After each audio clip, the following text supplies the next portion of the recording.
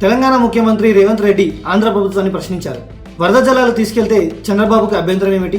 గోదావరి వరద జలాలను బనకచెర్ల ప్రాజెక్టుకు తరలించడంపై స్పందించిన ఆయన సముద్రంలోకి వృధాగా పోతున్న నీటిని వాడుకుంటే తప్పేంటి అని అన్నారు. ఇంకా స్పష్టం చేస్తూ, మాకు కేటాయించిన నీటిని వాడే హక్కు ఉంది, ముందుగా ఎన్ఓసి ఇవ్వాలి, లేకపోతే న్యాయపరంగా పోరాడతాం అని హెచ్చరించారు.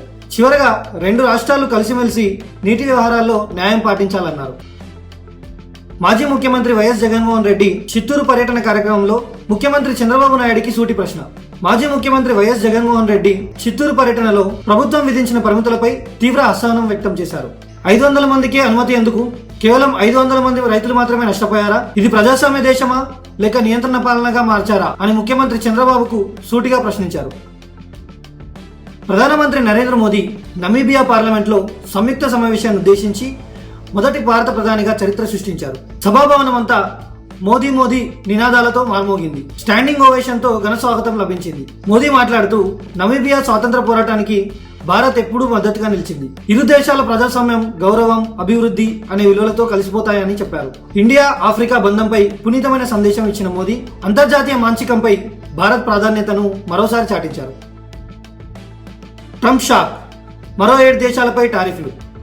అమెరికా అధ్యక్షుడు డొనాల్డ్ ట్రంప్ తాజాగా మరిన్ని 7 దేశాలపై నూతన టారిఫ్లు విధించేందుకు సిద్ధమవుతున్నారు. ట్రంప్ ప్రకటన ప్రకారం అమెరికా పరిశ్రమలను కాపాడడం, దేశీయ ఉద్యోగాలను రక్షించడం లక్ష్యంగా ఈ నిర్ణయం తీసుకుంటున్నారు. ఈ దేశాల పేర్లు ఇంకా అధికారికంగా వెలువడినప్పటికీ ఇది అంతర్జాతీయ వాణిజ్యంలో పెరుగుతున్న ఉద్రిక్తతకు సూచికంగా భావిస్తున్నారు. శ్రేయా ఘోషల్ పాటకు బిడ్డ స్పందన. ప్రముఖ గాయని శ్రేయా ఘోషల్ నెదర్లాండ్స్లోని ఆమిరియామ్ నగరంలో పర్యటిస్తున్నారు. ఈ సందర్భంగా ఓ ప్రెగ్నెంట్ ఫ్యాన్ ఆమెను కలిశారు. మీ పాటలు రోజు వింటూ ఉంటాను, కడుపులోని బిడ్డ కూడా మీ గాత్రానికి స్పందిస్తోంది అని అభిమాని చెప్పగా, శ్రేయా ఘోషల్ ఆమె కడుపుపై చేతులుంచి పియూ బోలే పాట పాడారు. అక్షరాల బిడ్డ కదలికలతో స్పందించగా అందరూ ఆశ్చర్యపోయారు.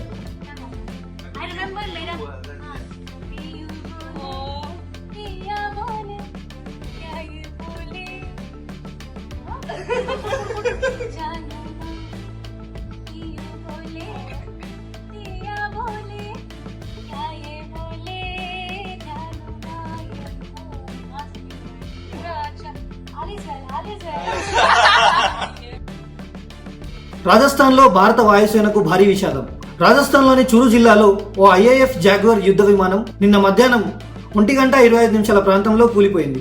ఈ ఘటన బనోడా గ్రామం వద్ద సూరత్గఢ్ ఎయిర్ బేస్ నుంచి టేకాఫ్ అయిన కొద్ది నిమిషాల్లోనే ప్రమాదం చోటు చేసుకుంది. ఈ ప్రమాదంలో 2 ధీర వాయుసేన పైలట్లు ప్రాణాలు కోల్పోయారు. భారత వాయుసేన వారి మృతిని ధృవీకరించింది, వారి సాహసానికి నివాళులు అర్పించింది. ప్రాథమిక సమాచారం ప్రకారం ఇది రొటీన్ ట్రైనింగ్ మిషన్ సమయంలో జరిగిన ఘటనగా తెలుస్తోంది. భారత్ బంద్, దేశవ్యాప్తంగా కార్మికుల ఆందోళన.